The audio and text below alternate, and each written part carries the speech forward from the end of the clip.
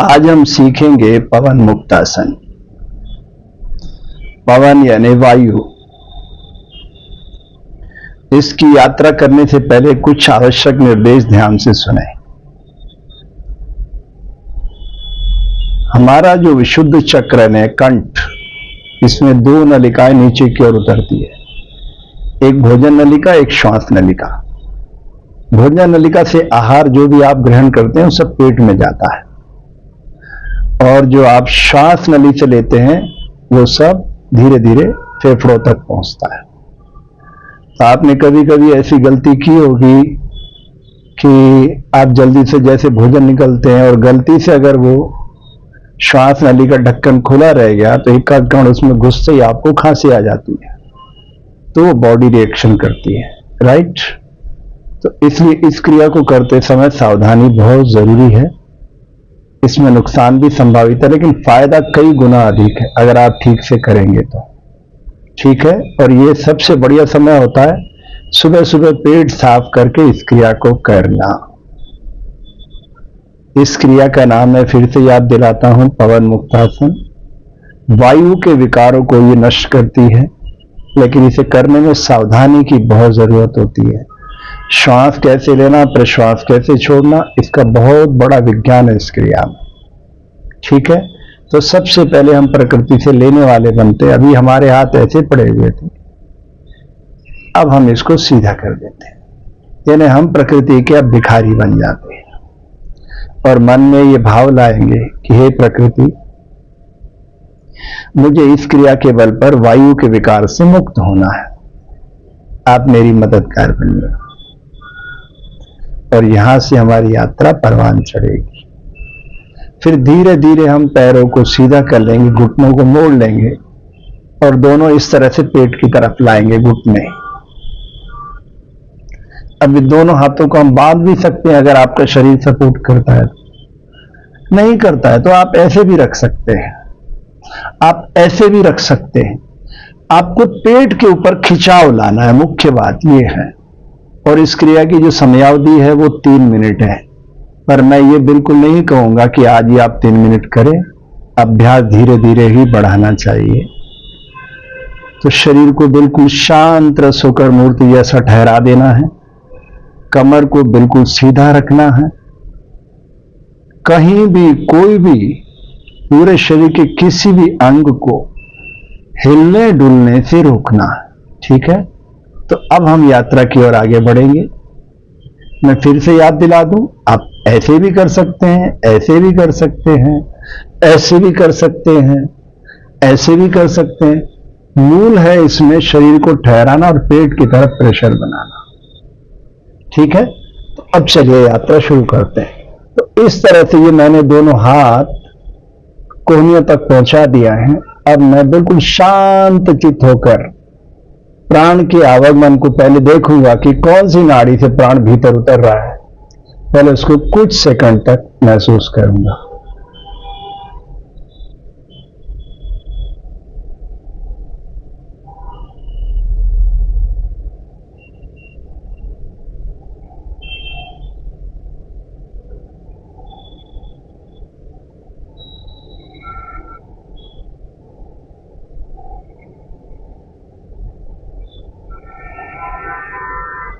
अगर श्वास लेने में दिक्कत हो तो वो मुद्रा धारण नहीं करना है, ये ध्यान रखिएगा। श्वास आसानी से आए इस तरह से इतना दबाव बनाना है। कई लोगों के पेट में बहुत मल जमा रहता है तो उनको श्वास लेने में बहुत दिक्कत आ सकती है, इसलिए सावधानी पूर्वक मुद्रा को ग्रहण करें प्लीज।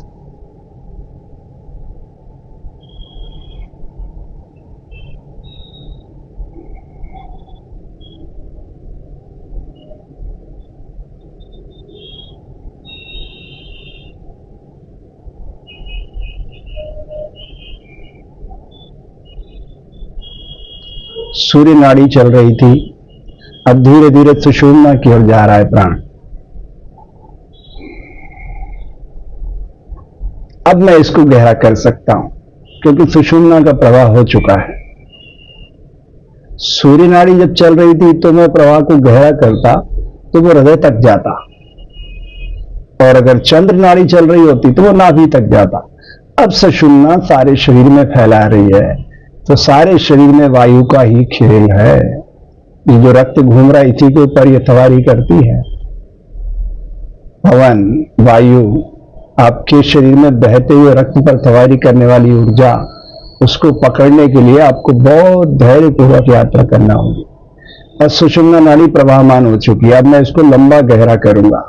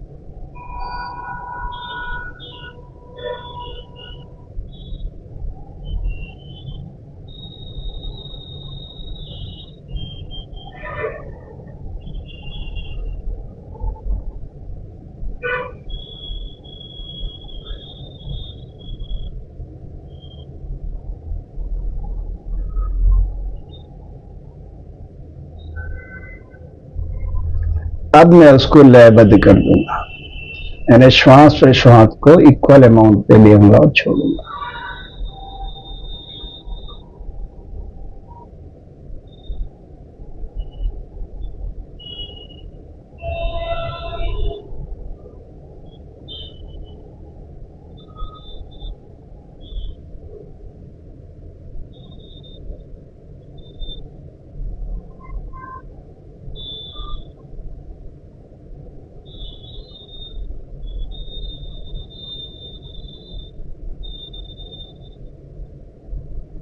तो इस तरह से जितना हमारा शरीर स्वीकार करता है उतनी देर मुद्रा को धारण करना, फिर धीरे धीरे इसको शिथिल करके वापिस रिलैक्स मोड में चले जाना। जितना धीरे धीरे शरीर को आप संचालित करेंगे उतना आप गहराई से भीतर की स्थिति से परिचित होते जाएंगे। अब शरीर को शिथिल कर देंगे, शवासन मुद्रा, जितनी देर क्रिया उतनी देर विश्राम।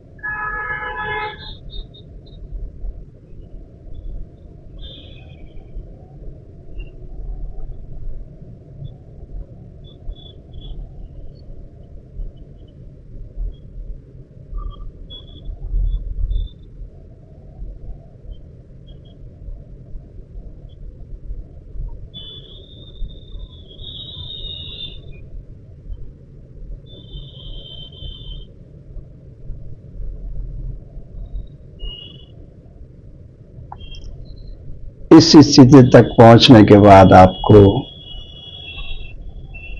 प्राण की उस ऊर्जा से परिचित होने का मौका मिलेगा कि वो शरीर के भीतर उतर के कौन से हिस्से में कैसे काम कर रही है। नीचे जब वो अपान वायु बनी है तो उसने धकेलने का काम शुरू किया, वो कचरा बाहर फेंक रही है, मल मूत्र पसीना कफ, ये अपान वायु का काम। कोई भी वायु अपना काम बंद कर देती है तो आपके शरीर में अनेक अनेक व्याधियां उससे संबंधित उत्पन्न हो जाती है। तो भारतीय ऋषियों ने इन पवित्र ऊर्जा के साथ जुड़ने के लिए ये बहुत ही अलौकिक अद्भुत आसन प्रस्तुत किया है, पवन मुक्तासन। मैं फिर से आपको याद दिलाना चाहता हूं, इस क्रिया को पेट साफ करके ही करना चाहिए। अगर ये मल ऊपर चढ़ गया, आपने श्वास के साथ जबरदस्ती की और मल यहां से ऊपर चला गया, आपका मेमोरी कार्ड ट्रिप मार जाएगा, आपकी याददाश्त कमजोर पड़ जाएगी। इसलिए मेरी सबसे प्रार्थना है, पवन मुक्तासन करते समय विशेष सावधानी रखें, जल्दबाजी बिल्कुल नहीं करना, शांत रस होकर इस क्रिया को करना। ठीक है, तो इस तरह से दोनों पैरों को मिलाना, घुटनों को बिल्कुल शांत रस होकर धीरे धीरे पेट की तरफ लाना है, जितना आप ला सकते हैं। हर शरीर प्रकृति ने अलग तरह से बनाया है, कोई रिपीटेशन नहीं है। इसलिए मैं कहता हूं, बार बार कहता हूं, योग इज 1 to 1, अपनी अपनी यात्रा है, कोई प्रतिस्पर्धा नहीं है। खुली आंख से योग में प्रवेश नहीं किया जा सकता। तो आंख बंद करके जब आप देखेंगे भीतर की स्थिति को, तब आपको समझ में आएगा कि ये वायु कैसे उतर रही है। और जब तक वायु से आपका जुड़ाव नहीं होगा, तब तक उसकी यात्रा के सहभागी कैसे बनेंगे आप। तो शरीर को मूर्तिवत ठहराना है, प्राण को उतरता हुआ देखना है कि कौन से स्वर से प्राण उतर रहा है। और जैसे सुषुम्ना में आता है, आप ऊर्जा से भर जाइए, क्योंकि उसी का काम है ऊर्जा को फैलाना।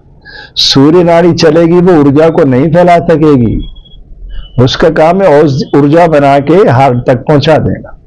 चंद्र नाड़ी नाभि तक पहुंचा देगी, फैलाने का काम उसका है सुषुम्ना का। इन्हें दोनों नासिका के पुट से एक जैसा श्वास जब भीतर उतरता है, तब इस क्रिया का कई गुना लाभ आप प्राप्त कर सकते हैं। ठीक है, अभी तक आपने हमारा YouTube चैनल योग दर्शन केंद्र सब्सक्राइब नहीं किया है तो कर लीजिए। एक अभियान है, एक पूर्ण मानव को धरती पे लाना का, एक सरल तरल मानव जो शारीरिक रूप से, मानसिक रूप से, आध्यात्मिक रूप से पूरी तरह से स्वस्थ हो। आपके मंगल की कामना करता हूं।